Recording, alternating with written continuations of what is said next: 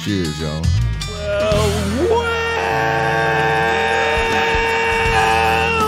Well. That's a party, folks. Welcome, ladies and gentlemen, to this fine radio program, podcast, and video extravaganza known internationally Hi, Mom. as the world-famous Smokin' and Toastin'. We are glad to be with you on our show about craft beer, fine spirits, and hand-rolled cigars. Do all that stuff where you subscribe to the channel. And every video I watch now, I'm like, come on, stop telling me to subscribe and ring the bell. Just get to the thing I'm trying to watch the video for. So I've tried for us not to do too much of that. Subscribe and ring the bell. But please subscribe and ring the bell. Ring the bell. Maybe we should just put up, like, on the videos, we should just put up the little thing that says, please subscribe and ring the bell. Don't say anything. Yeah, I don't know. It just seems like we're going to tell you why. We're going to tell you what the best cigar in the world is. But first, join our Patreon. It's always something, right? Right. Yeah. Anyway, so I don't know how I got off on that rant. Welcome to Smokin' and Toastin', show number 282. We are officially halfway to 300. Yep. And today we're going to talk about, among other things, the best bourbons for cheapskates. So if you're a cheap bastard, if you're a cheap bastard but you like bourbon, we're gonna make some recommendations, and I have a list actually because you know how I love lists, and we'll see if you agree with this list of bourbon recommendations for trying not to spend too much money. And we will be talking about a lot of things, including some wonderful beer tasting, or we hope it's wonderful, from our own city of Houston, Texas, and Eighth Wonder Brewing Company, which I can see from my house, which is kind of cool. That is good. We'll be trying we've had their Haterade before, the Gose. Yes. We'll be trying their wild berry Haterade. Oh, that sounds fun. Yeah, so I think that's it feels like summer finally. I mean the heat is here. It has arrived. We're in good hands. We had such an amazingly mild spring. Oh, we that did. I yeah. feel like summer's coming in with a vengeance. Only thing is it's been super windy, which has kind of bummed me out in terms of smoking cigars. But it seems to have died down. So let's count on it. Hopefully. Also from Austin, Texas, right up the road from us, Independence Brewing Company's Wild and Free Saison. So we'll look forward to trying that. We haven't had a Saison on the show for a while. Not for a while, no. So that'll be good. And then from Kansas City and Boulevard Brewing Company, legendary brewery in the Kansas City area, we'll be attempting to taste their Stuff of Legend.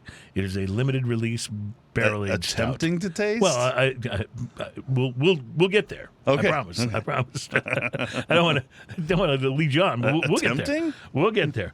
And then on Mr. Twirlygig today, at least for the start of the show, is our spirit we'll be trying. It is we're in the spirit world. Black spiced rum from KD Distilling Company, known as Jonah's Curse.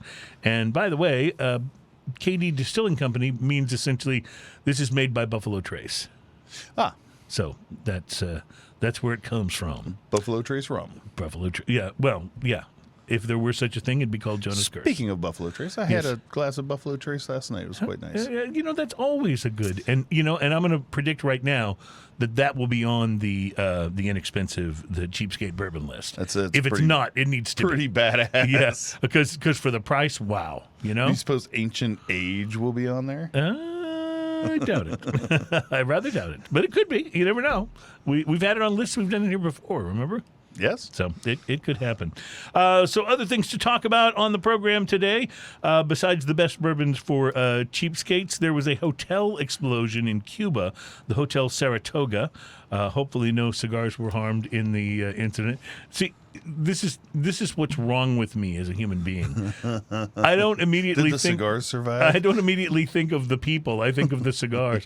Oh, God, I hope they didn't mess up any cigars. Whether it did or not, prices for Cuban cohibas will triple.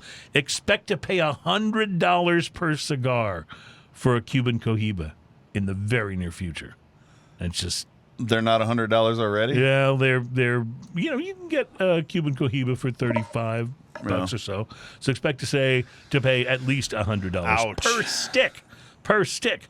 Plus, there's bad news from the Fuente factory. Hail there has destroyed acres of their Opus X wrapper leaf. Yeah, so that's not good. We'll give you a little bit of the story on that. Plus, I'm kind of excited to bring you some of these cigars to watch for this week. So we've had bad news so far. Yeah. I'm scared of what you're going to say next. No, so cigars to watch for exciting things, good things coming down the pike for cigars to watch for. And as if we needed to throw in something else that was good, we'll do a little drinking news for you on this program. Today's drinking news teaser headline: something smells funny in France. And we'll look forward to that. I think you're going to enjoy today's drinking news story. Plus, 9 remarkable brewery tap rooms to put on your bucket list. And I think that's a pretty cool thing. They're not just markable, they're remarkable. That's right. You can mark them twice. They are, but they're places that are pretty cool that you might want to visit, especially if you're going to be in that area. I remember when I was going through to New Mexico last year, and I actually saw the sign for the Santa Fe Brewing Company. I was we've had their beers on the show. We got to stop. So we stopped, and I'm really glad we did. But some of these places, you may not have a sign drawing you in necessarily from the highway. So it's important to know. So we'll give you some good suggestions. And then I may ask you I'm wondering if Allstat's on that, because that brewery that's basically a castle. Yeah, I know. It's very unbelievable. Cool. And I'm going to ask you about your favorite brewery tap rooms, not necessarily favorite beer, but your favorite brewery tap rooms that you've been to in Houston and the surrounding area, other places that you've been. So we'll do that as a part of all of that. And so I think it's going to be a very interesting show. Coming up next week, I just want to tell you, well, first of all, let's say thanks to our special guest from last week, one of our favorite guests ever on Smoking and Toasting, our resident agave spirits expert, Liliana Rodriguez, and our resident rocket scientist, Brianna Andrus, was on with us as amazing. Well. So they were so much fun. We had a great time. And Liliana she's just awesome. I mean, there's no other way to say it. She's just awesome. So we love having her on. And she brought amazing mezcals, too. They were unbelievable, some of those. And because Brianna's so awesome, I get to look at Adam and say, Adam, you know your wife's a lot smarter than you are. And Adam's a pretty smart guy. But you can look at me and say that, so it's not like it's not like an anomaly or something. So yeah, we got lots to talk about here, and we will have another very interesting guest next week, and I'm really excited about this. This just came together. Next week, Ryan Savoy will be joining us. Ryan is the executive chef for St. Arnold Brewery. I love that. We are going to talk food and beer pairings on the show next week. How exciting is that? Nice. I'm hungry. I don't know if he's making anything. Is there any reason we can't just go there and have it done there? Well, I'm sure then we can taste the food. That's a big part of what he's talking about. So we'll see how that works out. But that's on next week's show. Well, I know on their menu they have the pairings. They're like pairs with that kind of stuff's pretty nice. And I'm always very much into the food and beer, food and spirit pairings, food and wine, all of that. It's just so interesting how certain things really do complement each other in such a wonderful way. And, well, it's pretty easy when you consider that food goes with beer, cigars go with beer, right? Beer goes with whiskey. I mean, that's pretty easy, right? Yeah, it's like the circle of life is the way I look at it. The circle of life. Did you have an interesting week? Smoke anything interesting? I did. So first off, I want to give a little bit of a shout out. I did an event last night. I ran sound at the Guy Clark tribute show last night, and I wanted to give a shout out to No Label for sponsoring that. My friend Sean puts us on every year, and he tries to do it on the day that Guy Clark died, as a tribute to him. And he gets a few of the guys that have played and written songs with Guy Clark out there. There was 16 different acts going on out there, and running sound for that was frantic because every time someone got up with a different guitar, here I am resetting and re-EQing. But it went off gangbusters. It was fantastic. It was a great show. So, again, I just wanted to shout out to a New Label and New Republic Boot Company for sponsoring that, and KPFT as well. I just had, by the way, one of those it's a pale ale or an indie pale ale that No Label did with Bedrock City, the comic book store. And it was so good. And we had one when we had No Label on the show last time, but I just had one the other day. I was like, oh, this is so good. Bedrock City. I said New Republic Boot Company. It's Republic Boot Company. New Republic is a brewery, right? Right. And No Label is the brewery. So. And No Label is brewery. But anyway, so that was a fantastic show. It had we had such a great time. I did get into the Casa this morning. Thank you for that. I'm looking for my notes while I'm doing that, so I'm multitasking. I got into Casa this morning, and And I was looking around, and I actually found a couple cigars I hadn't had. I picked up one of them, but I didn't smoke that one for my review. Okay. One of the cigars I picked up, I've been curious because I haven't had it in a long time. And then I looked through my notes, and I don't think I've ever reviewed this cigar. Okay. If I did, it was so early on that it didn't even matter. We probably had a different name back then. Probably did. But anyway, I picked up a Camacho Triple Maduro. Oh. Now, I've been avoiding some Camachos because I loved Camachos for a lot of years, and then I felt pretty betrayed when their quality control tanked. Well, that was when they got sold. Right. So like, as can sometimes happen, the brand was sold, and they weren't a big priority at the brand that bought them that's got hundreds of other brands or whatever. And so, yes, their quality control did suffer. And I used to be a big Camacho fan as well. I will say, though, my experience more recently has been much better. I don't smoke them a lot, but when I have had one recently, it does seem like the quality control has gotten better. Right. So I picked up a Triple Maduro, which was one of my favorite cigars from back in the day. This is a, can you say Maduro Puro? I don't think that's an actual thing, but it is. I like it, though. All Maduro. So the wrapper, binder, and filler. The wrapper is Honduran San Andreas Maduro. The binder is a Mexican Corojo Maduro, and the filler is a blend of Honduran, Dominican, and Brazil Maduro. And Maduro is just simply a tobacco that's been cured. Cured and aged, It's often, usually, darker in color than uncured tobacco. Yeah, it's usually pretty easy to spot because it's going to have a dark chocolate kind of look to it. And a lot of people expect Maduro, because it's darker, to be more spicier, stronger. Spicier, stronger. And the reality is, it's usually sweeter. Sweeter. Is how it usually and comes it can out. be stronger, but that's not the be all and all. It's kind of like beers. Just because a beer's dark doesn't mean it's heavy, so to speak. Right. You know, much like a lot of people think just because a beer's dark that it's also going to be high alcohol content, but that's not also true either. Look at Guinness for an outlier. Right. On both exactly. Of those things, exactly. So anyway, I picked this up and I hadn't had it in a long time, and I thought, you know what, I'm going to get this. I'm going to see how Camacho is doing nowadays. Let's see. The appearance, large black and chrome band and footer, covers most of the cigar. The size I picked up was the Robusto of 5x50. The band plus the footer probably covered over half of the cigar. So I peeled the footer, and the appearance on this dark chocolate colored wrapper, a little rough to the touch, kind of like a dried suede kind of feel to it. Not quite indoor carpet, but you know. Gotcha. Right? I'm with you. Yeah. A little rough on to the touch. Very few veins. Very firm feel overall. It felt like you pick it up, it feels like a quality cigar. It really does. It has a little heft to it as well. The pre-light sniff on this chocolate, mocha, coffee, sweet, creamy coffee going on there. Nice. Apparently, I thought a lot about that because I put coffee and then I put sweet, creamy coffee afterwards, and a little bit of barnyard. The pre-light draw on this, I used a clip, had a light draw to it, sweet, creamy mocha and coffee, earth, leather, pepper and spice, and autumn leaves. Autumn leaves. Autumn leaves. You know that smell when the leaves are falling from the trees? And so you're talking about like maybe when they're a little damp, or are you talking about just like a dry? You know, that dry kind of leaves on the ground kind of smell that you get in the fall. Yeah, I mean it's that just popped into my head, and plus I like the song, so. The autumn leaf. Okay. The initial light on this, chocolate and coffee blast with black pepper and a touch of cayenne on the end. Cedar dryness teases the aftertaste. The retrohale is pepper, chocolate, and cedar. Now keep in mind this cigar starts off at a medium. Like this is not a light cigar. This is I'm talking about a medium cigar, medium to medium plus all the way through this.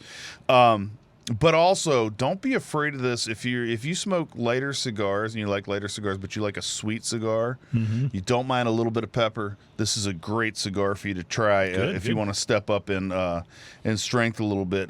Copious smoke. I mean, this thing puts out smoke like nobody's business. Dark, bitter chocolate accompanied by cedar and leather. Underlying sweetness pairs exceptionally with the cedar dryness. Pepper and a hint of cayenne on the finish. On the finish of each puff. Retrohale, bitter chocolate, cedar, pepper with coffee, solid ash, perfect burn. This thing, the second third of this dense, rich smoke can't stop blowing smoke rings. Nice. I mean, this thing puts out smoke like nobody's business. Cedar ramps up here in friendly competition with the bitter chocolate and sweet coffee. Sweet nuttiness and leather weave in and out with dark fruit and spices, finishes with rich earth, sweet toast, and a kiss of cayenne. Retrohale is cedar and chocolate with pepper, solid ash, perfect burn. The last third of this, more smoke rings. Sound like you were having fun with this one. I was. Smoke rolls off this cigar like a chimney on a foundry. Like it just keeps giving up smoke all over the place. Underlying nuttiness, sweet coffee and toast form a foundation for the rich chocolate and cedar, followed by rich earthiness, leather, and ample pepper notes. The retrohale is cedar, sweet toast, chocolate, leather, and pepper. It's got one of the most complex retrohales that a lot of times you get just like some primary or very secondary notes, and then you get pepper or campfire or something like that. This really had a lot going on in the retrohale. Solid ash, perfect burn for the entire cigar. Yeah. Now, not only that, but this is 5 by 50. The size wise, this is the not a very big cigar. It smokes forever. Yeah. You get, when I looked it up online, it said it gives you a 45-minute smoke. I would say 45 minutes if you're smoking it fast. Yeah.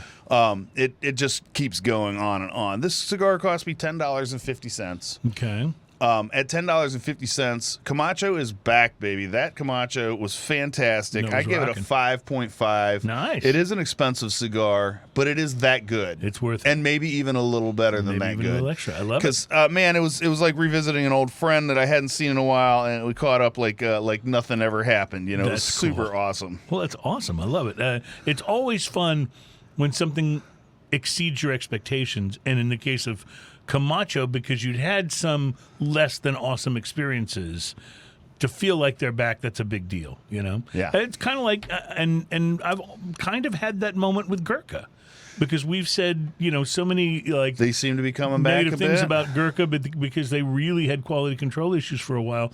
But the last several Gurkhas I've had have actually been quite good. So Nice. So let's keep our fingers crossed that those companies are back on track, because hey, CAO's put out some in the last year and so too. That Yes. Bones series, man, that's a great cigar. And if you think about it, they are also one that they were a great cigar as an independent company. Lost a little of their specialness when they got acquired, but have kind of worked to bring that brand back. And so it's good to see that they flopped around a bit until they came out with that Flathead series. Yes, the Flathead series was a real turning point, I think, for CAO. Right, and then they started building it back up from there, I think. And then they have some offerings. They have also one called Session that I don't think was one of my favorites of theirs, but it was smoked fine and everything. But their Bones is an inexpensive cigar and definitely should be on your list of I should have one of these. The CAO Gold Maduro, that used to be a go-to for me back in the days when CAO was self-owned. So anyway, well, I had something very different on the spectrum from what you had, Ian. One of the things I love to do here on Smoking and Toasting is to talk about not just the $100 plus Cohiba Cubans or the $40 Davidoffs. Oops, I have to pay them some money. Sometimes I like to talk about the El Cheapos, because frankly, I love cigars, but I've yet to find that mystical money tree to plant in my backyard. You know what I mean? So maybe I need to just buy, another Joel Osteen tape or something. I don't know. But in any case, budget is sometimes a factor, right? So it's important that we bring you reviews of not just the really expensive cigars, which we all know and love, but also of things like what I'm going to talk to you about today. I smoked an El Cheapo for today, and it is the Pirates Gold Maduro Churchill. I've seen Pirates Gold. Yes. That's one that you get on the online, right? Yes, absolutely. These are some I bought online. There's a bunch of those. They have funny names too. There's like the shark one, Dark Shark. That one. I will say, in my own defense, I have to kind of almost draw a line at trying the Dark Shark. That just looks too stupid. It's too corny. At least Pirates Gold has a full color embossed label on it, and I kind of dig the pirate Anything thing. involving booty. Yeah, yeah, exactly. So, Did I say that? Sorry. That's all right, because it was a really enjoyable cigar. So anyway, I smoked an El Cheapo today, and what do we know about Pirates Gold? Well, they are definitely a budget brand, and they're one that's actually been made by several different manufacturers throughout their history in several different countries over the years. The original Pirates Gold, or at least the first one that I knew anything about, was actually made in Honduras and was blended by Rolando Reyes Sr.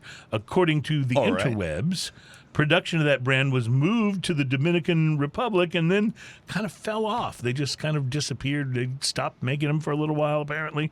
Finally, production was moved again, this time to Nicaragua, although it's pretty difficult to find any information online about the tobacco in this cigar. So I really don't know, other than the fact that it's a Maduro. I really don't know it's made what's in in CD. it. Yeah, who knows? Back alleys or something. Let's hope not. No, I don't know.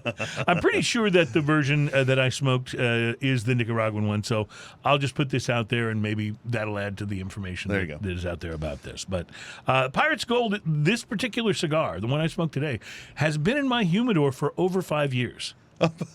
Yeah, it's well aged. Yeah, no kidding. It's one of the ones that during the times that I got really down to the bare bones managed to stay in the humidor, and then I would fill it back up, and I would kind of forget about the Pirates Gold. Were you afraid of it?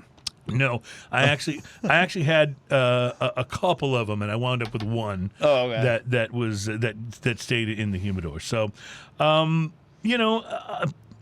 all the things that I do with my humidors, one of the things I like to do is have a supply of less expensive cigars, so I don't wind up smoking one of my favorites if I'm going to be like out on a windy day, which could be a waste of a really good cigar, So I have a tendency to buy boxes or bundles of these cheaper kinds of smokes like Pirates Gold just for those sort of occasions.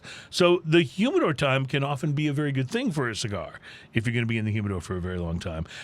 They mellow out a bit, and they absorb all that humidified goodness that they're sharing with the other more expensive brethren inside the humidor. So let's hope that happened with this one. My cigar had a light Maduro wrapper. It looked nicely rolled. It gave off a pleasant kind of a grassy note on the pre-light with maybe a hint of oakiness. I used a punch and lit it up, and while there wasn't a Nicaraguan pepper blast, I did find myself a little bit surprised at the initial strength and spiciness of the Pirates Gold. A lot of times when you smoke a budget cigar, you get an extremely mellow cigar, even if it's a Maduro. And so that's kind of what I had been expecting. And to be honest, the strength and spiciness, a lot of that sort of, just tobacco richness, really, from the very beginning. And so from the very first half inch or so, the Pirates Gold was already better than I was expecting. So this starts out really well. The burn on the cigar was certainly not razor straight, and in fact, I did have to tend it a couple of times as it smoked. But the ash was solid, held on for over an inch and a half before I finally flicked it off onto into the ashtray. And I really think it would have held longer. It wasn't necessarily looking like it was going to drop. I just know my track record. Yeah, so. Right. Sometimes you get a little paranoid. Exactly. But yeah, that's I feel like I keep making this caveat, but for a cheaper cigar, I thought that was pretty impressive, because a lot of times when you go cheaper, you're going with the fumas, and so there's not any real ash buildup at all on the end of the cigar. So, man, they do a good job of making that label look like a real cheap cigar, too. They do, don't they? It's not as bad as the Dark Shark that you mentioned, but it's pretty bad. So by the time I got to the second third, the cigar had warmed up. It was smoking very nicely. Leather, wood, a slight citrus zest. Some earthiness developed by the final third. This wasn't an incredibly complex cigar, but I will admit it that I enjoyed it more than I thought that I was going to, more than I expected to. It was medium plus in strength, got a little bigger as the cigar smoked down. I want to say I remember getting these online in a bundle that made the final price somewhere around $2 to $3 a stick.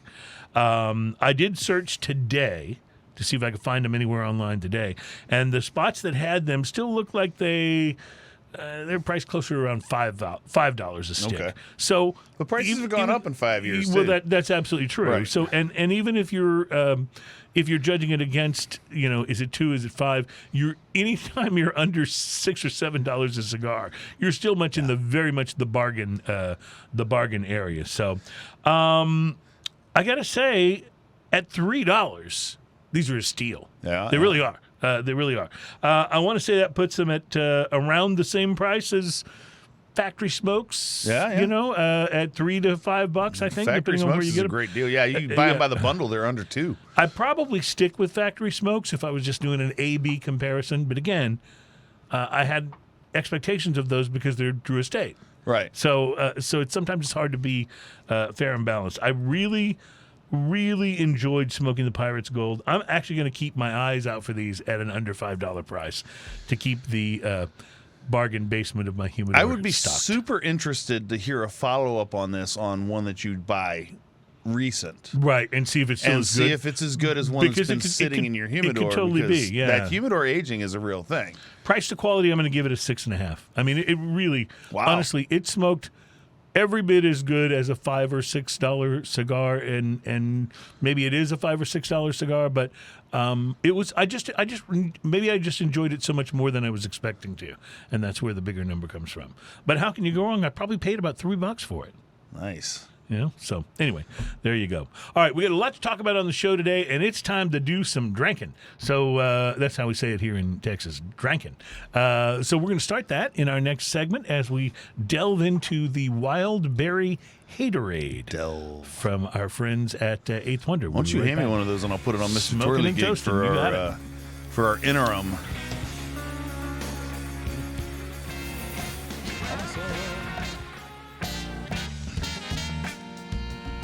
Welcome back. It's Smoking and Toasting, show number 282. We're going to be talking today about the best bourbons for cheapskates.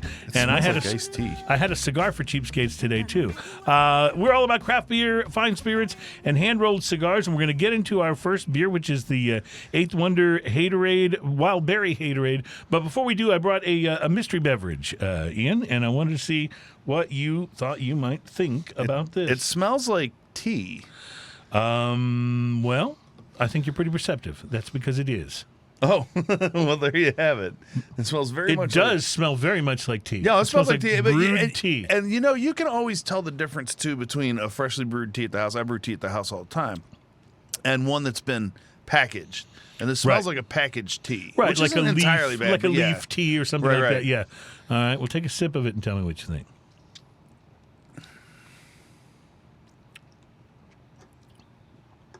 I wasn't expecting a bit of sour on it. Yeah. There's a little bit of sour on it, but I kind of like that it's not sweet at all. Right. There's zero sweetness. I don't like sweet tea. I actually like. Yeah, I actually drink mine unsweetened. My wife, 4 packs of sweetener, but I do. I like it better unsweetened. I'm a little scared to find out what this is because you are drinking. It's oddly good. From Lagunitas Brewing Company, a disorderly tea house. Mixed up berries, spiked and sparkling Gayusa tea with natural raspberry and blackberry flavors.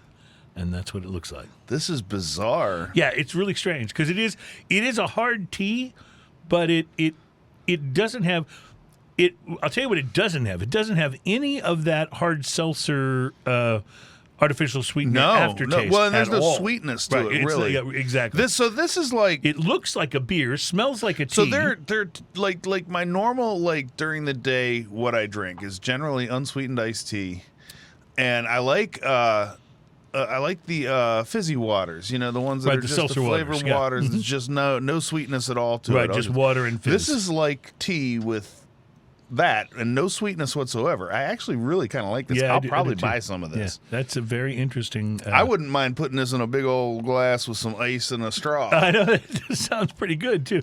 And let me see if it says 5% ABV.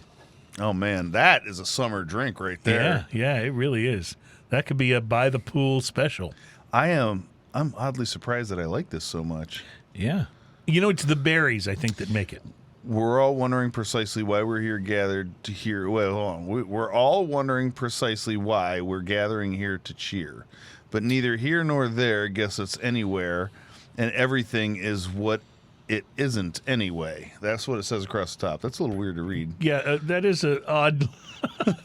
It's just an odd proclamation any way you look at it. So, well, anyway, I thought you might like that. So, notice of suspension. Your previously conceived notions of alcoholic beverages have been suspended by the order of Lagunitas in a superior spiked and sparkling Gayuza tea. Sorry, Guyana? That's a place. That's a country, is a thing. Okay, Gayuza tea. Charged with minor infraction of sweet raspberry and blackberry fruitiness, all on the grounds of crisp, tart, herbal earthiness. May this serve as a warning to your buds that the liquid satisfaction is present and the suspension of belief is permanent, unlike a certain temporary 20-day shutdown in charge of running a disorderly house way back when. Steep on that. So clearly they're referring to something in their history that we don't know about, but we just right. come along for the ride. When you said notice of suspension, I immediately thought of other things. Right. Yeah. This is so bizarrely good. Yeah, I agree. It does feel like it needs to be. You're saying so the can. Yes. Gotcha. It does feel like it needs to be in a big pitcher, though, sitting on a tray with glasses around it and ice, right? Yeah. It has that feel to it. Well, very different. Yeah, very different. Thought I would. Thought I would this bring at, that in. What, HEB probably? At HEB, my wife brought it home from HEB.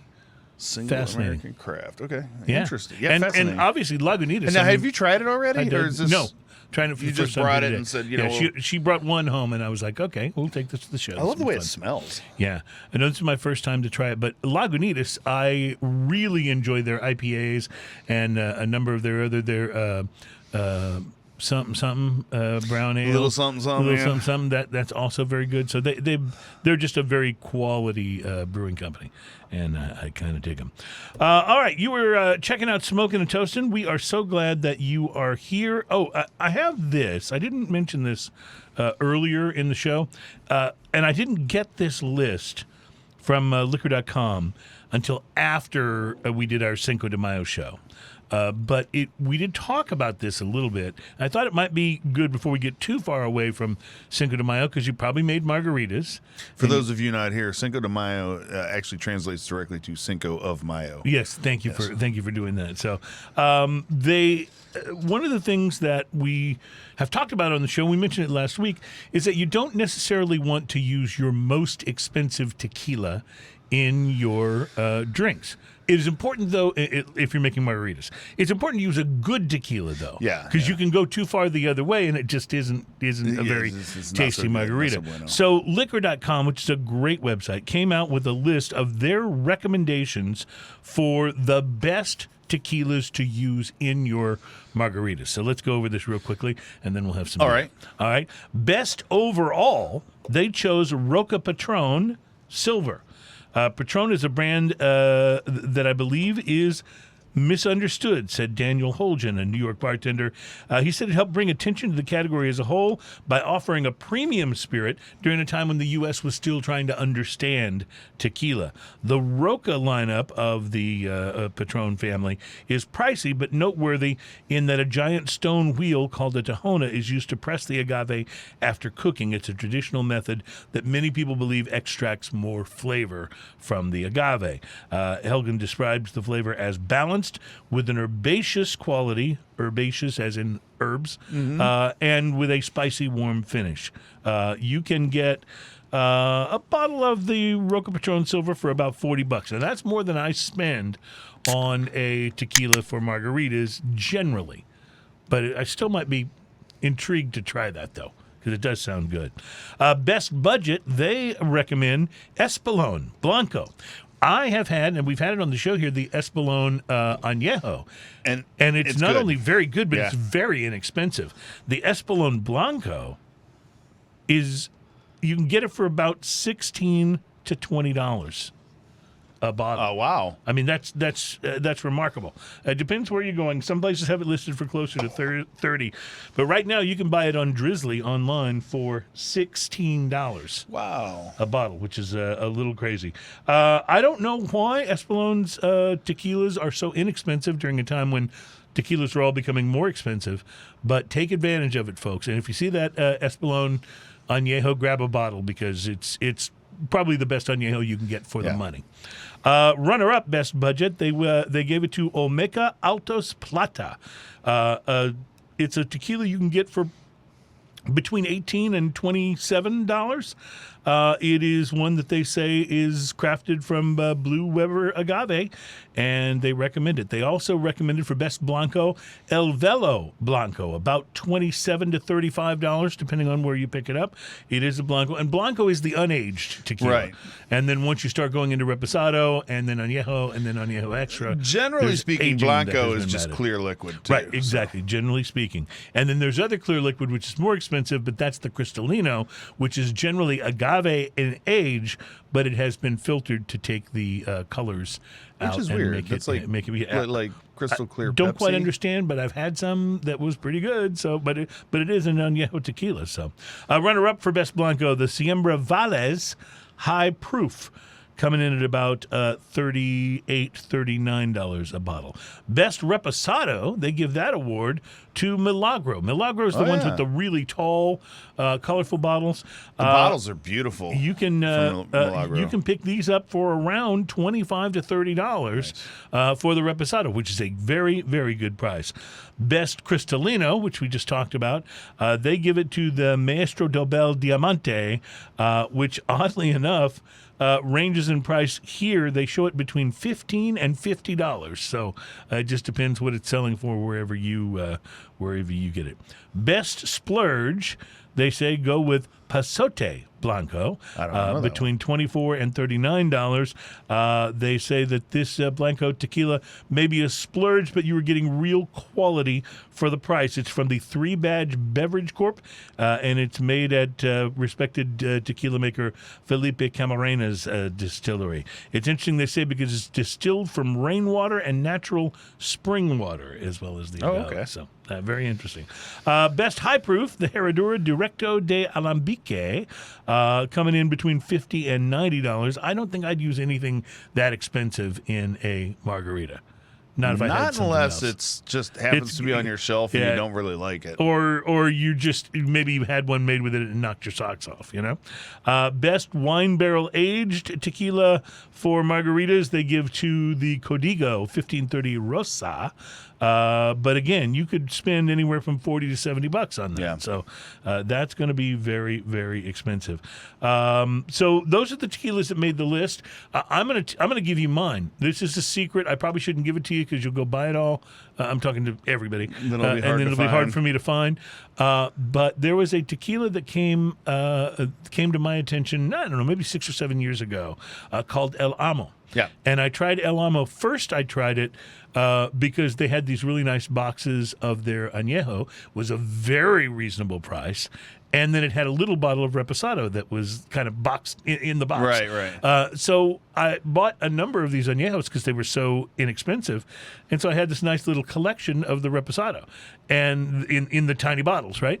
I wound up making margaritas with it, and I was like, this is fantastic. So I now go and buy the huge bottle of the El Amo Reposado, and it's very inexpensive. I want to say it's about $30 to $33 for the huge bottle, right? Yeah. And it's just so worth it, and it makes fantastic margaritas, and I recommend it. So that's my margarita secret. What about you? What do you generally use when you're making margaritas? So my wife makes the margaritas in the house. I don't drink a whole lot of margaritas, but when I do, it's usually whatever she's made it out of. And recently, and I was going to mention this, you gave me that bottle of 808 tequila. Yes, I remember that. which you were very questionable about. I thought it was interesting and different. Yep. It makes great margaritas, like fantastic margaritas. That's great. Some stuff that's what it's made to do. And you wouldn't think it because the flavor is so different from a standard tequila. Right. You'd think, well, it doesn't have the peppery like the Herradura. It doesn't have the it doesn't have like the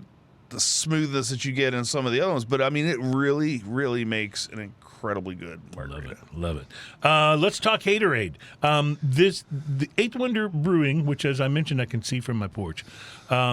These guys make a wonderful Gose called Haterade. This is a variation of it called Wild Berry Haterade. They call it a fruited Gose. And the regular Haterade is actually one of my favorite Goses I've ever had. So Haterade is so funny because not only the name, And I was thinking they could have kept it a little more authentic to Gatorade if they just called it by the color. So they should have just called this pink. Right. Yeah.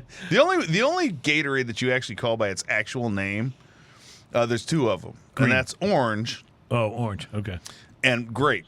Because no one says, give me a purple Gatorade. They say, give me a grape one. Oh, right. And you ask for orange because that's not only the color, but the flavor. And then but everything else is just the color, like a red one, the green a green or one. red. Yeah. The red. white one, by the way, is real good. I haven't had the white one. Yeah, it's real good. All right. Well, But so the Haterade, Wild Berry Haterade is actually, if you like Goses, this is pretty good. Well, I haven't tasted it yet, but I've just done a little nose on it, and it actually reminds me of the Lagunitas tea that we just had. It's a little sweeter on the nose than it actually comes across. It's got a little bit of that tart finish that. Right, you get the finish that's very tart, and you know what else it has is that kind of little bit of saltiness on the finish that just makes you go, ooh, I want more. It's the Doritos effect. And it also, the berry flavor in here has that kind of hard candy kind of berry flavor. Mm-hmm.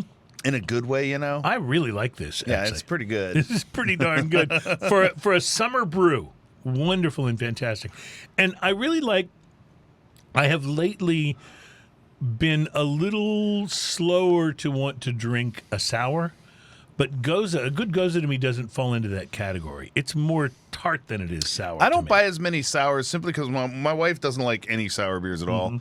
So if we have a sour beer, it's all me at the house. And I like to get stuff that we can share. I want to point out in the comments, Liliana Rodriguez is listening in, and she says, I like Milagro Padron, Centario y Espalone for margaritas. I have not tasted the others. So okay, we really should have gotten to this question last week when she was here. Yeah. Because she's so good with this stuff. Yeah. But I didn't find the article until this week, so I thought, well, we'll share it while we're still in somewhat Cinco of Mayo mood and phase. So yeah, it is. I'm going in for a little more, don't you? And that's one of the things about the Haterade thing is I think they went for that with the Gose with the sour. They want you to get that. I want to go back for another sip. I think because it makes your mouth water real big. Now, do you know? I'm guessing, but I don't know this to be a fact. If they came up with the name Haterade because of how people always, from anywhere else but Houston, Texas, always hate on the Astros. I don't know. Because, there was the cheating scandal, which, of course, pretty much every other team admits that they do. But the Astros got caught, and so they paid their penance, whatever it was. But now everybody just hates the Astros. Not penance. That's different. Penance. Sorry. Penance. Thank you. No, I wasn't correcting. I was just informing you on it. Yeah, but the reality is that unless you are a Houston Astros fan, they're one of your least favorite teams. Nobody wants to see them win. It's all of that. It's all that kind of stuff. So I was just wondering if that's where Haterade came from, the name. I think so. Because Eighth Wonder is a very Houston sports forward. Yeah, even their name. They're right by the ballpark, too. They're right by Minute Maid, and they're right by the soccer park. The soccer park, right. And in addition to that, the whole name Eighth Wonder, the Astrodome was called the Eighth Wonder of the World for many years. It's kind of funny now. It's only the Eighth Wonder of the World if you're, I think, a rat. But at one time, though, it was such a technological marvel, a domed stadium. Nobody had that. Now everybody has that. Now, people move the roof open and closed technology's coming far. But I remember being young and driving into Houston. If you were going to Astro World or if you were going to the stadium, when you'd come around 610 and you would see that dome way off, and you could see it forever off in the distance. Of course, Houston's very flat, so you can see a lot of things. You can see any overpass way off in the distance. And there weren't quite as many really tall buildings. But that thing was enormous compared to everything around there. Yeah, absolutely was. And then there was Astro World, which was fun in and of itself before it became a thing where people get crushed at concerts. Yeah, it's crazy. All right, we got to take a break. We will be back. It's Smoking and Toasting. We're on show number 282, ladies and gentlemen. We do have a little drinking news coming up, and we have some more drinking coming up as well. Stand by. Awesome. You got our next drink?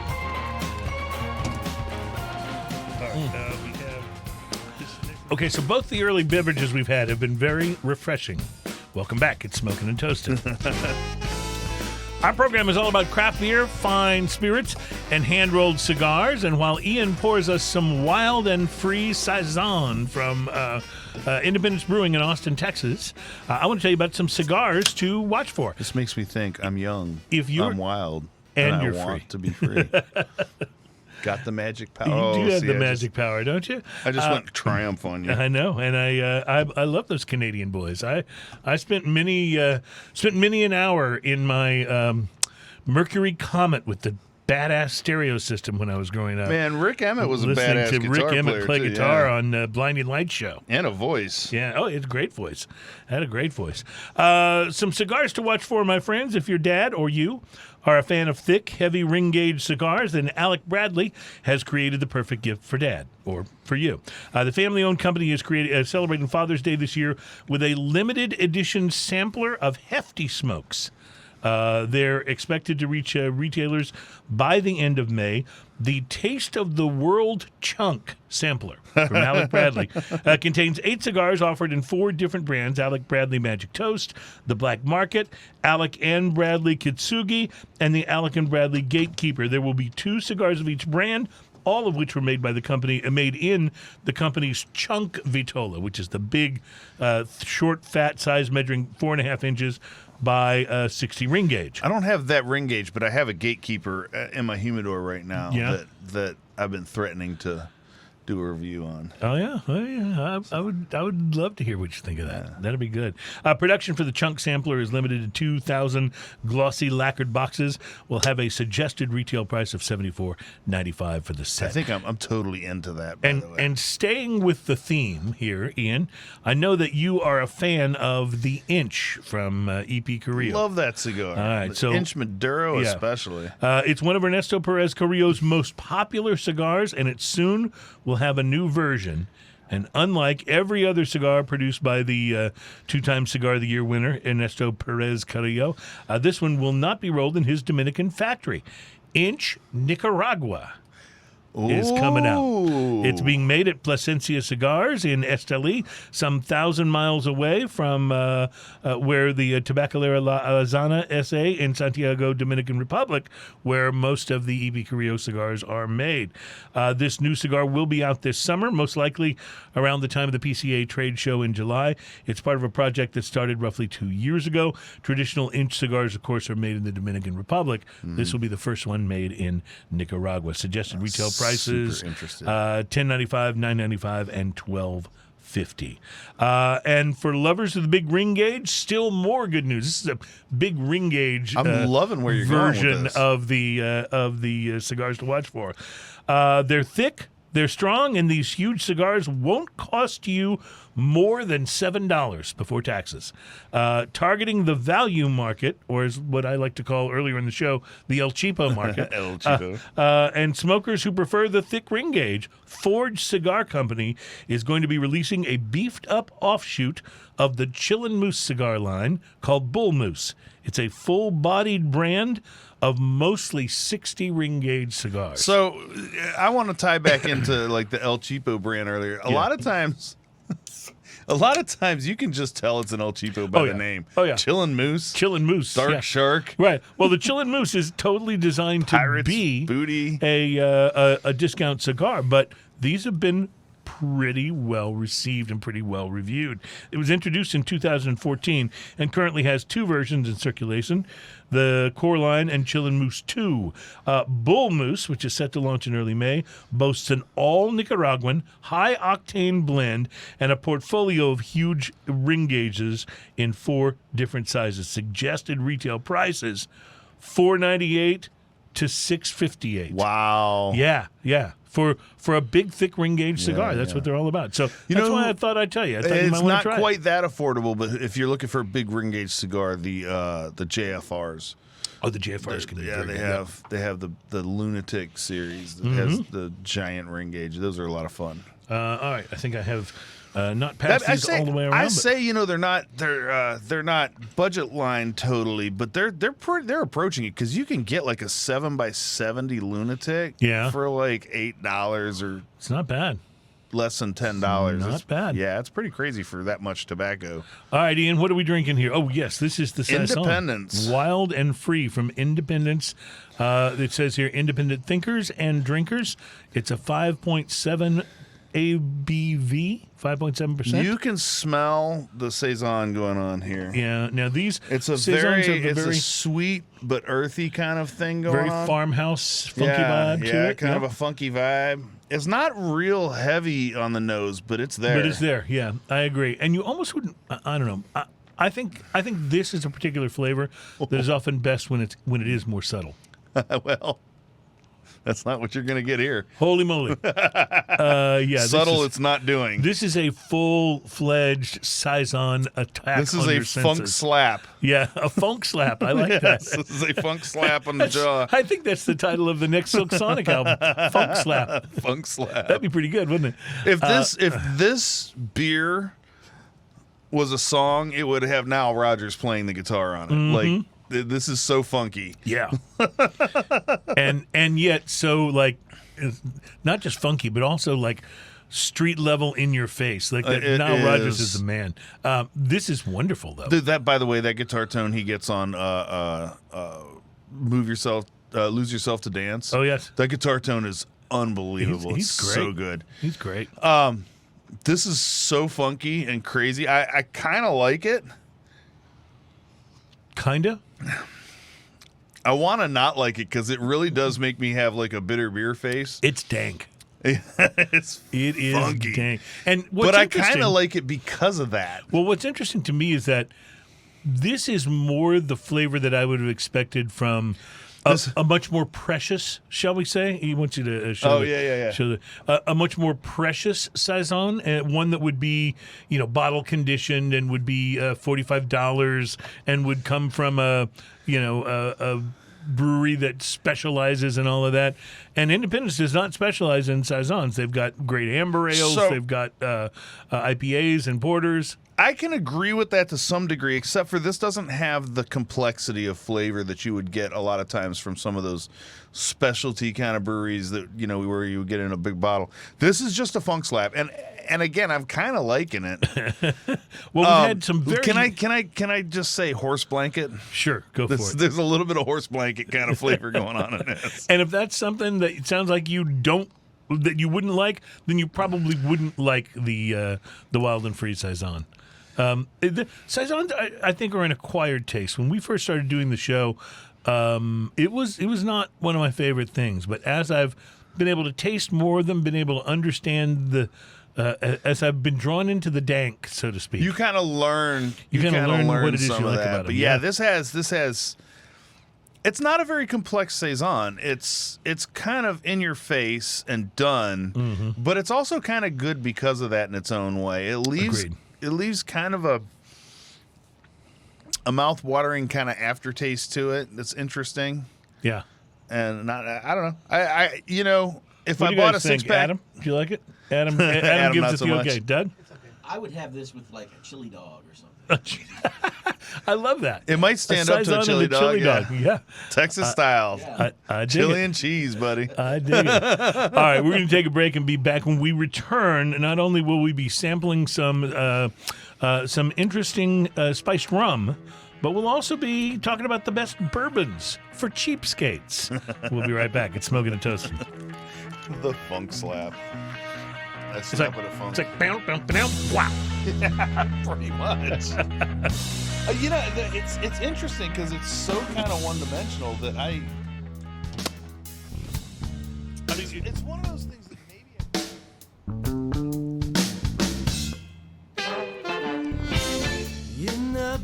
Welcome back. It's Smoking and Toasting. This is the program that's all about craft beer, fine spirits, and hand-rolled cigars. Ian, great things. We're going to be tasting some... I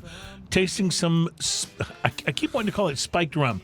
Some spiced rum in this segment. The last time I believe we had a spiced rum on this show was like one of the very first early episodes, and we had the Kraken. Remember the Kraken? We had some of the Kraken, and I still keep a bottle of Kraken in the bar because there's this thing where Kraken and Diet Dr. Pepper form like Voltron. Yes, and it's like nothing else quite comes close to it. So my wife turned me on to that. I was painting the kitchen. Yeah. Right? And she had gone to bed because my wife goes to bed pretty early. She gets up early.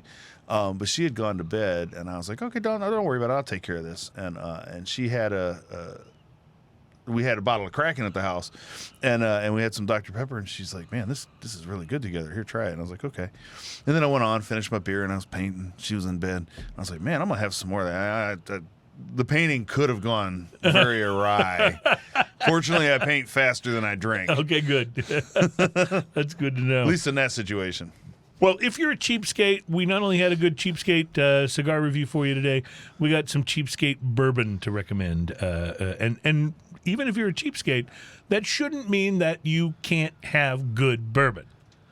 One of my pleasures in life is finding the $35 and under. Yes, sir. Awesome bourbon. Yes, sir. And there's a lot of them. One of the things that this show has done for me is I can walk in, and you know what? If you don't have Buffalo Trace and you don't have Weller, I could still find some, right? Damn good bourbon because we've tried some in that price point. Yeah. Well, let's go through the list to see if those two are on it. For one thing, the list starts with best overall Elijah Craig small batch bourbon. I'm down with that, and I'm going to tell you, that is a great bourbon. Absolutely. It really is. It's very straightforward, really wonderful. 35-ish is what is what it usually comes Yes, in. generally around 35. You might be able to find it for less, but generally around 35. Best Kentucky bourbon for cheapskates, Old Forester 100 proof. Anything Old Forester. Yeah, you're gonna go. But with yeah, that, huh? if it says Old Forester on it, it's worth the price. Best wheated bourbon, they're recommending Maker's Mark. Maker's Mark, ain't nothing wrong There's with nothing that. wrong with Maker's Mark. And So- if you get the step up from the Maker's 46 or whatever, that's even better. That's outstanding is what Yeah, that yeah. is. So Maker's Mark's one of those that I think a lot of people overlook because it's so ubiquitous, but Maker's Mark is great whiskey. It really Ain't is. nothing wrong with that. Yeah, people do overlook it because you're right. It's become so well. It's kind of like Patron in the tequila world. Right. It's like it's easy to overlook how good it is because it's everywhere and available at every bar. But I'm going to tell you, we were kind of finishing up some almost done bottles in our bar a couple of weeks ago, and I wound up finishing up a bottle of Patron. It was only a tiny bit left in the bottom. Patron's Extra Añejo. Dude, that tequila was fantastic. See, I have a bottle of Patron Añejo that's been sitting there for a long time. Patron, and I even just just a never go regular to it Añejo because is a lot really of good. times I'll drink like what we had on the show if I have some, or, Right. or when I drink tequila, it's a margarita or something like that. So Exactly. I need to go have a glass of tequila just by itself and a cigar. It's a wonderful thing, especially if you got the right tequila. And that Patron Añejo, that'll go great with a cigar. It really will. Best single barrel. They recommend the Evan Williams single barrel bourbon whiskey. Yep. Coming in at what I'd go about? with that. It's about a $27, $28 bottle. Does it seem about right? Best 80 proof. Heaven Hill White Label. Thoughts? I haven't had the white label, I think. I may have tasted it at some point, but I've had Heaven Hill. Best for cocktails, Four Roses bourbon. Four Roses is just You great just no matter what. Can't go wrong with any version of Four Roses. I would recommend it. Best high proof, Wild Turkey 101. So I was going to say, if Wild Turkey is not on that list, Wild Turkey is fantastic. Yeah, it really is. And what does Wild Turkey cost these days for a bottle of 101? 25-ish, I think. That seems about right. Yeah, seems about right. Best outside of Kentucky. I'm not familiar with this one. Hopefully you are. Woodinville bourbon. Never heard of it. Woodinville. They show it as being available on wine.com at $43. Show you the picture there. Yeah, I've never seen that bottle before. It comes from Washington State. They say Woodville Whiskey started out as a craft operation, but it's now owned by drinks giant Moet Hennessy. Quality of the bourbon is very good, they say, especially in a field of much higher priced options made by using local grains, et cetera. They say it's as good as anything you will find in Kentucky. Final verdict: Elijah Craig small batch bourbon is the best cheap bourbon you can find. It's made at Heaven Hill, a storied distillery known for inexpensive and high-end brands, and it's aged for 8 to 12 years. Interestingly, they did not list Buffalo Trace. All right, so I want to put some things like I don't disagree with their list, but they're all kind of a little pricier. Right. Like, what about if you find a regular bottle of Weller, the Green Label Special Reserve, at its normal price as of a couple years ago was like $18 for a bottle. Now it's probably gone up a couple bucks here, but it's probably still under 30. As a matter of fact, for $40 you can buy the Combat bottle of it. Now that's if you can find it because it has been popular. But if you can find the Combat bottle, it's $40 for that. I definitely want to put out my buddy Josh listens to this show. He's the one that only listens to it, so we have to describe everything. Right. My buddy Josh turned me on to Old Granddad. They have a few expressions of it, but the bonded in particular, and anything above the base level. I haven't tried the very base level, I think, but and they're all pretty inexpensive and they're great. I have a bottle of George Dickel that is I think it's a bottle and bond George Dickel, and I don't think it was more than $35. And so it's fantastic. $35 will get you the Dickel bourbon, right? Which I've gone through many bottles of that. It's fantastic. There seems to be a watermark at 35, and we'll see if that winds up getting pushed to 40. Well, and if we were talking about this, 3 years ago, it would have been a watermark at 30, right, or 28. Everything's everything's kind of gone up a little bit, but there are some great whiskeys, and a little bit of knowledge that was when I was at Angel's Envy. One of the guys doing the tour there mentioned, he goes, if you get something bottled in bond, no matter what price point it's at, it's probably going to be pretty good because they had to follow a certain procedure to get it bottled in bond. So even if you find something under $20 that's bottled in bond, it's probably pretty good. Yeah, no, you're absolutely right. And it's always interesting to me to look at things across the whole whiskey spectrum. We've been talking about bourbon specifically, but I also have to mention Slane Irish whiskey. Yeah. At, I think, $23, $25. Yeah. That stuff is amazing. It's great. It's amazing. It's great. Like honestly, I like it better than some of the things that are in my bar that cost 3 times that. Yeah, it's and the other side of it too is just because something's expensive doesn't make it good. Right. I mean, we talked earlier about the cohibas that are $30 right now. The Cuban cohiba for $30 right now will be $100. Is it worth $100? Well, only if you like cohibas that much. Right, and if frankly, it's worth it to you, go for it. But cohibas are great cigars. Yeah, but there's a lot of other cigars for half that price. Well, we talked about this even with tequila when I talked about how Skelly was almost $100 now, and I've always loved that. And I've watched it go up a little, and I've continued to pay it. But now that you're at $100, and I know that $165 will get me a bottle of Reserva de la Familia. It's like, if I'm going to go there, I might as well go there, Yeah. And so I don't know. It's tough. But see, and it's tough. It's also tough when like Wiki Bryan points out that 40 Creek, which is one of his favorites, used to be inexpensive. Used to be. And now it's above $40, I think, for a bottle of it. Basil Hayden was like that, too. Basil Hayden was in the $30-something range. Inexpensive. And it's quite good, but it's all of a sudden jumped up to, I think, $45. You know what's come down in price that is mind-boggling?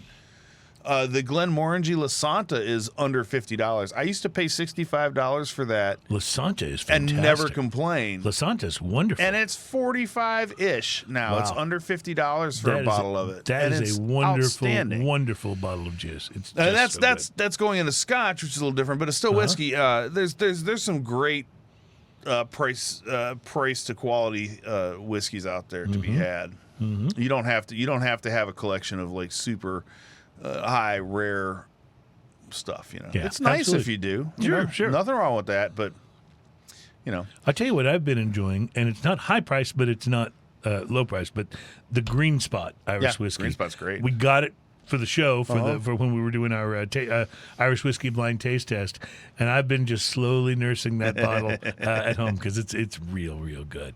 All right, let's talk rum now. Let's try this spice rum. This spice rum came from the distillery where they distill whiskey Buffalo you've Trace. heard of. Buffalo Trace, yes. So I want to point out that you have, at this point in time, you have cleared the plastic from the top, so there's no way of getting a plastic cut from this. That's correct. And also, you've cleared the neck of this to alleviate some of the spillage problems that we can have. We had to bring in some paper towels earlier. Adam ran and got them because we had a little spillage. Well, that beer was completely full. Yeah, and when you pour it, sometimes this you don't doesn't want have to the dribble same down danger associated. Right, because you can get a little steeper pour angle. That's from right, it. and you're good at the pouring, but any little thing can absolutely help. And so this is Wrong one. Don't really know that much about this. No, I think that might be the right one. Oh no, is there two there? Yeah, there's two there. Okay, gotcha. All right, I'm going to pass these on around as we go. Spiced rum, my friends. And I short poured that one a little bit. And I'll be really honest with you that in general, my favorite rums are not the spiced one.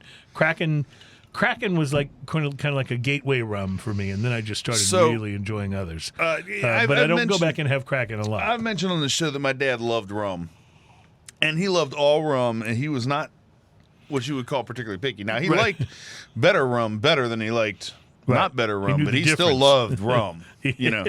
And if it came brown in color with a ship on the bottle, he was fine with it. He was for and it was plastic, so if you drop it, was a safety thing. So if you drop the bottle, it doesn't just shatter, right? But the smell of spiced rum generally is not something that like a Captain Morgan type. It smells bad. Well, to me. this is going to come across a little different, I think. This is actually pretty nice on the nose. It is. You can get a little bit of the fact that it's a spiced rum, but a lot of the notes, at least on the nose, are very much the the sort of darker oak and maple. This tastes like caramelized brown sugar. It kind of does, doesn't it? Like it's so sweet, like crazy sweet. Adam, you look like you're still trying to decide. To me, it's like a vanilla bomb. Yep. Vanilla on the nose, and personally, And vanilla. I do really like vanilla. I mean, that's a flavor I appreciate in almost everything, you know? This is so sweet, though. So incredibly sweet. I'm not sure that I'm digging it because of that. I would agree that I think I would like it if it were less sweet.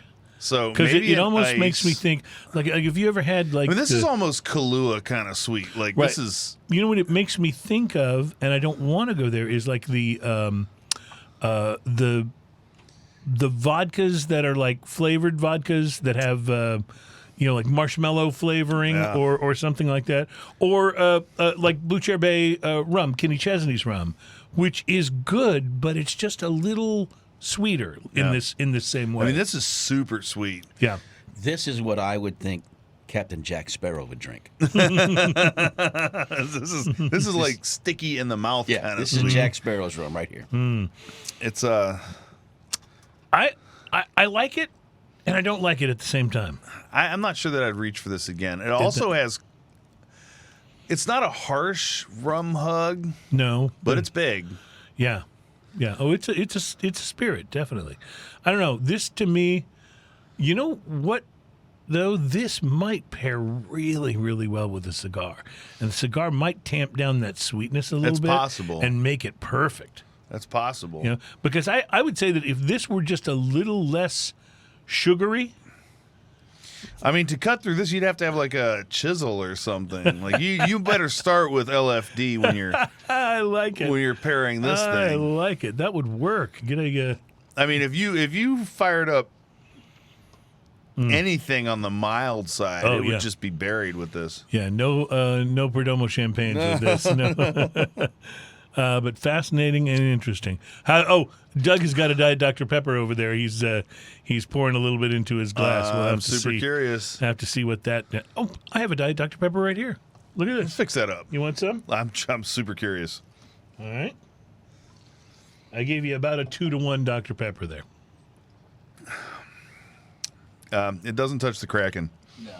No. I actually don't think I like it. No. Yeah, I'm not sure I do either. I liked the rum better by itself. Yeah, I think so. Than with the DDP. Whereas when you do what we just did, if that was Kraken, it's like it's amazing. It opens up this door to another world. It's like when you do that, it like turns gold and shines up in your face, just like whenever they open the briefcase in Pulp Fiction. Yes.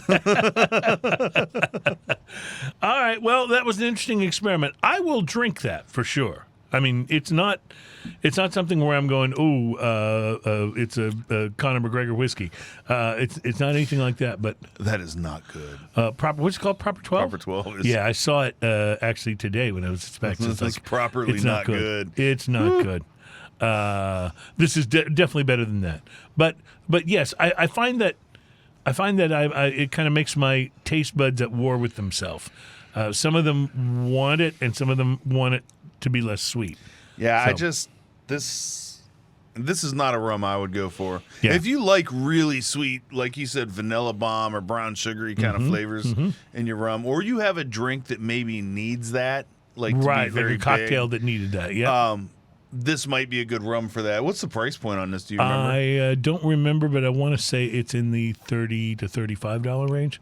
But I could be off on that. Once the Dr. Pepper blends in, it's tamped down a little bit. Yeah. But it's still not. It's not cracking in Dr. Pepper. It ain't great. All right. So we're going to take a break. We will be back. We have one more beer to try on the show today, and I'm actually very excited about trying it because it's from Boulevard Brewing Company, which those guys have got a very, very good track record of making excellent beers, and we'll be trying their Stuff of Legend. It's a limited release barrel-aged stout. We'll be trying it next. Plus, we're going to attempt to try it. A little thing. I really twisted you the wrong way when I said that, wasn't it? Plus, we're going to attempt to try a little thing called Drinking News coming up next on Smoking and Toasting.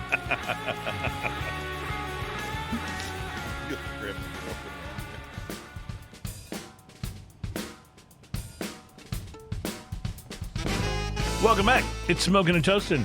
This is the program that's all about craft beer, fine spirits, and hand-rolled cigars. And the fact that my iPad's about to die before I got to plug the battery in.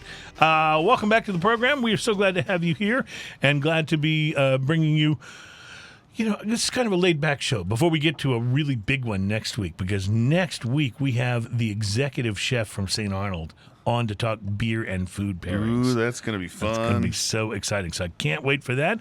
But we aren't, we aren't just sitting back resting on our laurels on this program. We do have a little segment for you we like to call Drinking News. Drinking news. Now it's time for drinking news. I'm not sure what laurels are. Drinking news. Now it's time for drinking news. A Florida man with one arm said he had a gator for a pet. When asked about his absent arm, he said, I had to take my gator to the vet. Drinking news. Now it's time for drinking news. Cheers, y'all. And just our weekly reminder for those of you who might be new to the program, that Drinking News is our segment where we bring you actual true news stories from around the world. Some of them may occasionally be about drinking, not always, but they are always best enjoyed if you've been drinking.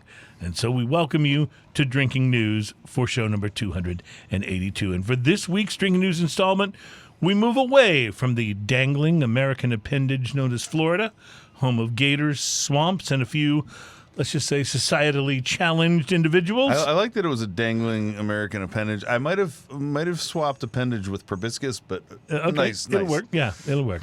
But we turn our attention instead to an area of the world where dignity, culture, reigns supreme, Alabama? along with art. So much so that it's easy to accuse the people that live there of being a little rude and uppity at times. I'm talking, of course, about France, or France, as they say, and specifically the region known as Aguirre-Yohonalba, or as we say here in Texas, Auvergne-Rhône-Alpes. It's easy in French. You just ignore the last 7 letters of every word. That's how to do it. I noticed that when I tried to pronounce it, instead of the last 7 letters of every word, you just say or ah. Yeah, I noticed when I tried to pronounce it, I tried to pronounce it like it was like Hispanic in nature instead of French, which is not the right way. You know what I hear in the background? What? The leaf blower. Oh, that's wonderful. You just have to love it. He's probably French. The leaf He's blower. following you around. He is following me around. It follows you. So the Aguirre-Yohonalba, the home of the French. That's easy for you to say. Fabled French soccer team, and I'm sorry, as an American, I just can't say football. Not even when the leaf blowers are coming for me. I can't call it football. They're getting closer, by the way. Yeah, they are. They know I'm here. We need to have like a leaf blower cam or something like that. So the famed French soccer team is called Lyon, or Lyon, I think is the correct pronunciation, Lyon. But it's spelled like lion, Lyon, which reminds me, all this reminds me of my favorite French joke. How do you keep a French person from crashing your party? I don't know. How do you keep a French person from crashing your party? You put up a sign that says no nudity. But I'll be here all week, folks. In any case, soccer team Lyon, which, as most soccer teams worldwide do, includes several Brazilian players, as Brazil has produced some of the best soccer players in the world. But Brazilian defender, one who was named Marcelo, was dropped from the Lyon first team recently, and it had nothing to do with his play on the field. According to ESPN, Team Lyon cut Marcelo from the squad for, and I'm quoting the report here, due to continuous farting and laughing in the dressing room. They cut him from the team. According to the worldwide leader in sports, Marcelo was caught laughing during Captain Leo Dubois' speech to rally the troops following a game they lost 3-0, and that didn't go down well with manager Peter Bosz. I'm not gonna and lie. Sporting director Jonah. Farts are funny. Sure. Especially inappropriately timed farts. They're hilarious. Well, according to ESPN sources, Marcelo was also disciplined by the team for repeatedly farting amongst his teammates. Can you even imagine that being written down? He's like a fart bully? Like, what's going on here? He was considered... how much farting do you have to do to be kicked off that team? To be kicked off, right, exactly. They're not going to do it for it's one like fart. Lindsey Buckingham. How much of an asshole do you have to be to get kicked out of Fleetwood Mac after all they've been through? Like what is going on here? Well, Marcelo was considered one of the leaders of the team, and he had signed a new contract a few months before the start of the season, but the club described his actions, said they were best described as inappropriate behavior. The defender's contract at Lyon was terminated, and he wound up joining Bordeaux, which can be an excellent wine, but is apparently one of the worst soccer teams in the league. They're kind of like the New York Jets of soccer, basically. As humorous as all this is, here at Drinking News, we'd like to applaud Team Lyon, which clearly acted in the best interest of the rest of their players. Nobody needs to have to put up with the offensive odor, and it's only made worse whenever the proliferator of the flatulence keeps going around saying, whoever smelt it, dealt it. I mean, that's just not acceptable, right? Is he saying that in French, though? Yeah, well, I couldn't. Whoever smelt it, dealt it. I don't know. That's real good French, by the way. Yeah, thank you. Yeah, so let's talk a few anomalies about this story. Sure. Right, no one's complaining about the cheese smells, because there's some funky cheeses out there. Oh, in France, yes. Yeah, but I guess they don't bring the funky cheese into the locker room. So it's on. He's not doing this in public. He's only doing this in the locker room. In the locker room. Yeah. Man, you have could kind of be a secret weapon on the field, maybe, if you deployed it at the right time. He must be so incredibly annoying. Yeah, it would have to be. He has to be one of those guys. Like, we all have that friend who doesn't just let one loose in the room. He tries to come over and do it by your head. I mean, he's like worse than the tap you on the other shoulder guy. Right. Exactly. No, see, that's a good. Very, very good. Yes. I had to cure a friend of mine of that years ago. Yeah. How did you do it? I'm just gonna punch you in the nuts. Okay. Good. And then he did it, and I punched him in the nuts. Okay. Well, did it work? Oh yeah. So, what have we learned from all of this today here on Drinking News? Well, two things. One, that the French, in keeping with their reputation as a dignified, cultured society, are more than willing to turn up their noses, so to speak, at this offensive behavior, even if it means cutting a good player from their team. And two, we can now say for certain that my college roommate Brandon will never, no matter how good he is with a soccer ball, ever be allowed to play for Team Lyon. Ever. Reporting from the locker room where somebody needs to light a match, my name is Cruze, and that is your... Drinking News, Drinking News, Now it's time for drinking news. Woo! You said it during the story. Farts are funny. Yeah. Yeah, and George Carlin, that was even part of his whole routine about farts. Farts are fun, farts are funny. That's the whole reason you do a story like this on Drinking News, because just because it's about flatulence somehow makes it funny.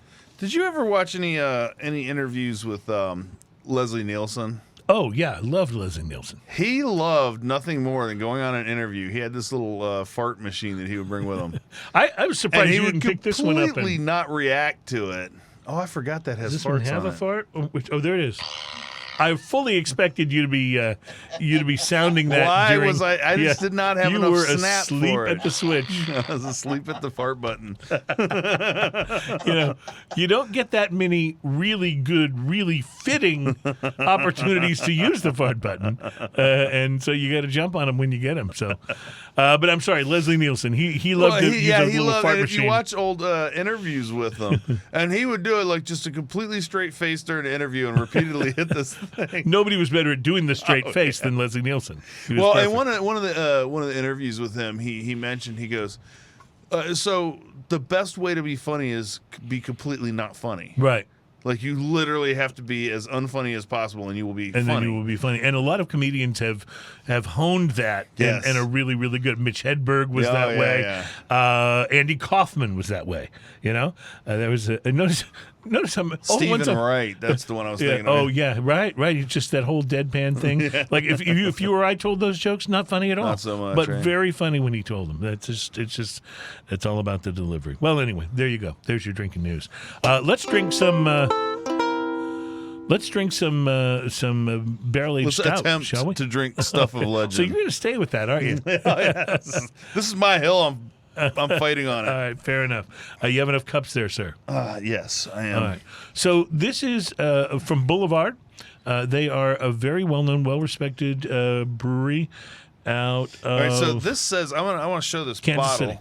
Yeah. This says stuff of legend, and it looks like a 3-layered Oreo. The way the Oh, like a double stuffed type Oreo, right? Is that what you're talking about?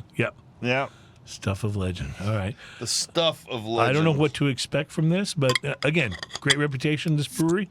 We've had other stuff from them. It has all been delicious. So Yeah, Boulevard makes let's see how great stuff. Let's see how we fare here today. No pun intended. Yeah. Actually, I intended that pun. Yeah, that's all right. 100%.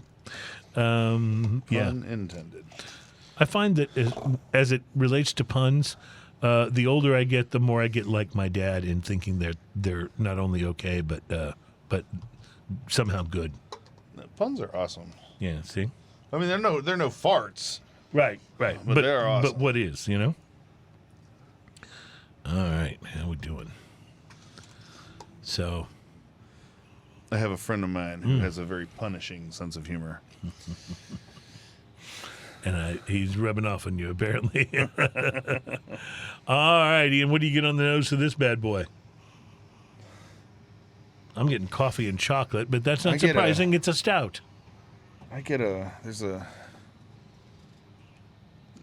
there's a something going on the. I will say It's almost like a creamy sweet thing going on. I'm not sure that it is, but I'm expecting it to be quite viscous. Oh, yeah. It's definitely viscous. Oh, wow. That's. I don't know if I've ever had a stout that had that thick of a mouthfeel that wasn't out of a bomber. It's almost, you almost expect it to be a little more, shall I say, mainstream when it comes in a 12-ounce bottle. Yeah, I mean, if you put a straw in this, the straw would just stand straight up. Yeah. And you could almost think it was a beer milkshake of sorts when you drank it through the straw. You I'm not one kidding. of those weird straw spoon things that you get from the... When I was a kid, one of my favorite things, my parents got me a crazy straw. You remember those? Oh, yeah. Where it goes around and around in a loop. Yeah, I loved that thing. Probably would enjoy using it now if I still had it. This is, it says barrel-aged stout with vanilla and cocoa flavors. Well, I taste the vanilla and the cocoa. Definitely get those. There's a little coffee in the background. There's but there's that they really allude to it, the Oreo cookie kind of thing on there. Even the O on Boulevard. Okay, so looks like an Oreo. So I don't know if I'd have gotten there without the suggestion of it. But I kind of know what they're saying. Yeah, there's that creamy, and then the gritty sort of dark chocolate. I was about to say that kind of a grittiness to it. I really like it. It's delicious, but I almost get a little marshmallowy kind of thing in there too, like just a little bit of kind of a marshmallow. Well, you talk about power of suggestion. Now all I can taste is Oreo, double stuffed Oreo. It really does have. I think they kind of captured a little of that creamy, weird center of the Oreo.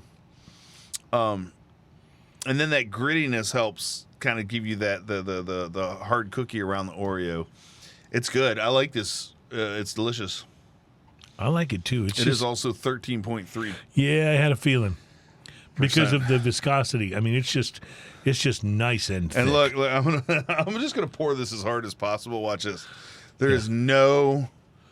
It's like zero carbonation. Carbonation of this at all. Wow. Oops, I accidentally poured more into my cup now after drinking. Mm-hmm. But you dig No this, beer right? left behind. You do dig this? I do dig that. This is a limited release from Boulevard. And you're right. Looking at this, they've even replaced the O in their name with an Oreo cookie. Yeah. Or an Oreo-looking cookie, I suppose.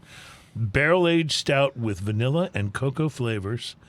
And that's really not a lot of about all they information tell on there, us. yeah. This was, they say, please enjoy by September 2023. Okay, well, So we're in the made window. it. We made it. It's real good. It's and it is viscous and thick. Like this is what when people are like, I don't like dark beer. It's too heavy. This is exactly what they're afraid of. What they're talking about. Yeah, right. this is This is the anti-Guinness. like if you're sketchy about dark beer, Yeah. do not try this because this is dark and but ridiculous. it has such a wonderful chocolatiness to it, and usually the chocolatey flavors in a stout are more like chocolate and coffee. This is almost more like Oreo cookie chocolate. Or like it has like the aftertaste is very like cocoa powder, kind of with a little gritty and a little marshmallowiness to it. So there's a drop of this here on the side of my cup, and it just doesn't move downward. Most of the time we have a drop of a beer on the side of your cup, it will either very quickly or at least with some regularity kind of slide back to where the mixture If you really at the want bottom to of the know cup. what the viscosity of this is, I'm just going to pour myself some more to remind myself. Okay. It's slightly thinner than Elmer's glue. Did Slightly. you ever drank glue? No. How do you but know I've then? poured glue before. Okay, all right. It's sticking to the cup like a 30 weight. Yeah. it actually discolors the cup when you roll it around. It does. Like and it that kind good of- spaghetti sauce does to your plastic. So, like I said, if you're one of those people that's like, I don't know, I don't like a big heavy beer, do not Don't try this one. yeah. not even go near this. And what did you say? 13.3. Holy cow. This was from 2021, so this was limited release from last year. I like this. I would say if you I can would find drink this- this floating down the river. Yes, of course you would. If you can find this, and I think you should still be able to, I recommend you picking it up if you like this kind of thing because it's good. If you like incredibly viscous, like if you let this sit out for a couple hours, it probably just turns into a spread. I was just thinking about it on a slice of toast. That does sound pretty interesting. And it would be delicious. Yeah, I bet that it would. So, all right. Well, I'll tell you what, we're going to take a break and be back to wrap things up. We have an exciting show to talk about for next week, and it seemed like there were a couple things I'd forgotten to tell you about, so we'll do all of that in our final segment coming up. It is Smoking and Toasting.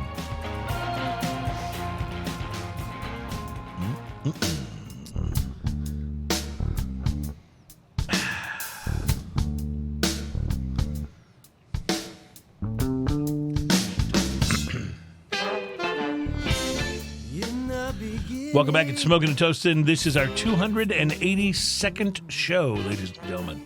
And still, no one has stepped in to stop us. No It's one has amazing. stopped It's amazing that it happens. We still keep talking about guys that no one cares about. That's right. And I'm looking forward, by the way, to seeing one of those guys here very soon. Oh, there's some left? Oh, yeah. I thought you had poured all the extra for yourself, sir. Tell me when. I appreciate it. Oh, when? That's good. I wanted you to have a little bit more. I'll just take the rest. All right, fair enough. I wanted to share with you that there's a great article, and I'm not going to read the article, but I want to share it with you so you can go and read it. Before you start that, can I just say, like, this I said it like slightly thinned down glue. How about like warm bacon grease? Oh, has a little more I know of that exactly. I know viscosity. exactly what you're talking about. Sorry, go ahead. Because we save our bacon grease at home to heck yeah. cook with, you know. So, so I hold on to that. But I'm not going to read you this article, but you should go and read it. At pace.com, there is a recent article about Shiner Beer and the Spetzel Brewery, and it is awesome, and you really should go and read it. It'll give you even more appreciation for one of the best craft beer companies in the U.S. And we're a little partial because we're Texas, but you can get Shiner everywhere in the U.S. Yeah, and I gotta tell you, like Shiner Bock gets looked at around here like it's a second-rate beer, and it is not. Shiner Bock is just fine, buddy. And they've got. They've made some other beers. They got their blonde, they got their light blonde. Their strawberry blonde is good. Yeah, I even like that ruby red grapefruit beer they do. My sister loves that. That's like one of her absolute favorites. She doesn't even drink beer very much, but that's like one of her go-tos. Yeah. I'm not a big fan of that particular beer, but I will tell you, and there's a lot of beers that Shiner has made that I really enjoy, but my favorite Shiner beer is Bock. It is just great. And around here, you can get it on tap almost anywhere. Which is awesome, by the way. And it's even more betterer. So go to paste.com and read the article. You will enjoy Paste.com. Paste, P-A-S-T-E. Paste.com. Gotcha. P-A-S-T-E. Also want to mention to you guys that the Arturo Fuente fields where they grow the wrapper leaf for the Opus X cigar got hit by hail. So we don't know what this means. And it was very devastating. We don't know what it means for Opus X. They're already very expensive to begin with. And very limited. So this could cause them to have to go further in both of those things. But we will... or I wonder if we're going to have a year without the Opus X. Maybe that would be the way to handle it. Just skip a year. You know what I mean? That's a tough one, though, because that's a seller for them. And, really? And those cigars are expensive, but they are that good. Mm-hmm. They really are. 100% they're that good. They really are. I'm going to save this brewery taproom bucket list story for the show next week. Good, because I'm going to think about tap rooms and favorite tap rooms that I've been to. And we'll have the St. Arnold executive chef on the show with us next week, which I'm also very excited about. We will be welcoming on board to Smokin' Toastin' the one and only Ryan Savoy. Ryan is the executive chef for St. Arnold, and St. Arnold is, they are one of my absolute favorite breweries, just in the abstract, right? But when it comes to being proud to be from Houston, they're kind of the brewery whose flag I wave, because it's like, look what these guys have done. You know what I mean? There's so many great breweries here. I'm not sliding any of the others, but to me, St. Arnold are like the blueprint for how to do it. So Brock fought all of the battles before anybody did. And then fought off the competitors, if you want to look at it that way. Let's say it in this fashion. St. Arnold was able to continue their growth and their success without any of the new breweries, and there's 60 something of them in the Houston area. Would you say they were taking it away from them by growing? They were craft brew before craft brew was even cool. I think so. There's a song in that. I do think you're right. Is Barbara Mandrell still alive? I don't even know that. But no, they kind of were. I mean, now it is such a cool thing to open up your own brewery. But they were doing it back when it was hard. It really was. I have a funny relationship with St. Arnold beers too. Is their core line I like enough, but I almost never buy anything from their core line.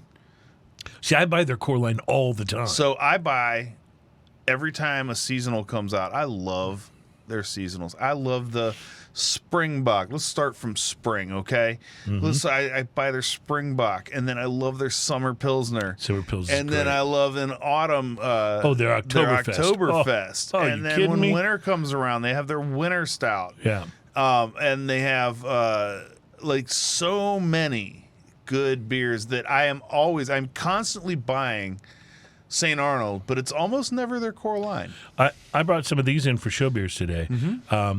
This is called Harmony. It is a hazy pale ale. It's my favorite St. Arnold right now. It's pretty good. I'm digging it. You like it even better than the Art Car? Yes, I do. Wow, I that's do. big because I you've been do. touting Art Car for years now. Art Car is super successful, and it's very good. But St. Arnold has two beers that I like better than the Art Car. This one and their Juicy IPA. The Juicy IPA? I think that one is. I think that's a fantastically balanced Juicy. That they just don't get enough credit for, because St. Arnold is not one of those breweries that is like out in your face with something IPAs. Incredibly bold all the time. When I think juicy IPAs in particular in Houston, I think Spindle Tap. Spindle Tap and Ingenious is where I go. And yeah. Ingenious, yeah. And Ingenious has the, what are they called? The milkshake IPAs. Oh, yeah, they really are big into those. That's ridiculous. Yeah, you can gain 5 pounds by just looking at one of those milkshake IPAs. But there's so much innovation, and so St. Arnold, I'm always proud to be represented as a city by St. Arnold, because they're kind of like the head brewery, if you will, when it comes to craft in this area. And I think all the other breweries do look up to them, and rightly so. So we're excited to have their executive chef on to do food and beer pairings next week. That's going to be amazing. Someone suggested to me that you and I should go and do, like, for companies and corporations, like for their boardroom or their like managers retreats or whatever, that we should go and do craft beer, spirit, cigar, and food pairing classes, like seminars with them. I'm in. If anybody wants to hire us for that, we'll do it real cheap. But that'd be fun. That'd be fun. That would be a blast. That Yeah. would be a blast. You know, I'm constantly amazed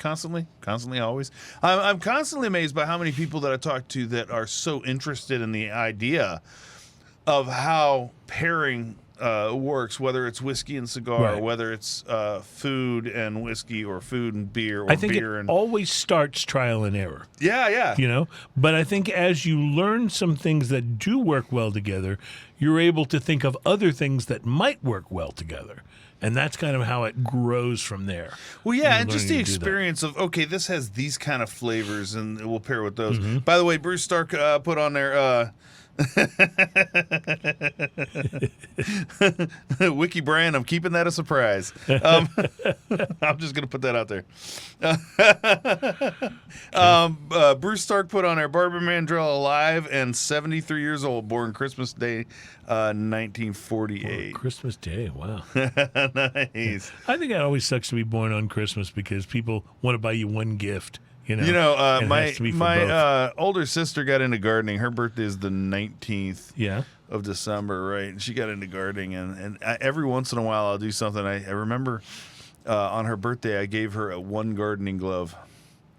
And she was like, okay, thank you, and kind of looked at me all curious. And then, of course, for Christmas she got the other one. See, She that's was what like, I'm talking about. Oh. People that have birthdays near Oh, that's Christmas get funny. ripped off. That's funny. I'm just That saying. wasn't the only gift I gave her. Brianna, who was on last week, her birthday is right by Christmas. Yeah. So we always go out of our way to make sure her birthday is recognized in and of itself.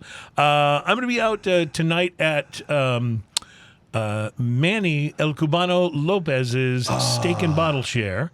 And so I promised to go. I've got a gig to do. I promised to file a report from there. Our good friend Alan Denny is coming out and bringing me my box of the Oliva. We're gonna see cigars, I don't know how late that's gonna go out there. We're gonna see. I've got a running sound tonight at Republic Brew Company. Mm-hmm. They're having an event at the shop, and it's gonna be a guy named Matt Harlan, who's just a fantastic singer-songwriter, Cool. absolutely ridiculous personality, and a guy named Verlin, who used to play with Guy Clark. Since he's in town, they're doing a show at Republic Brew. So I'm running sound for that tonight, and I unfortunately already committed to it. So I'm gonna do that. But if I can sneak out of there early, fair enough. Well, I'll do a report from there one way or the other, because Steak and Bottle Share night at Manny's place with cigars, that's just going to be too good. nice. Too good. So we'll have a segment from that, which we'll drop into the show next week.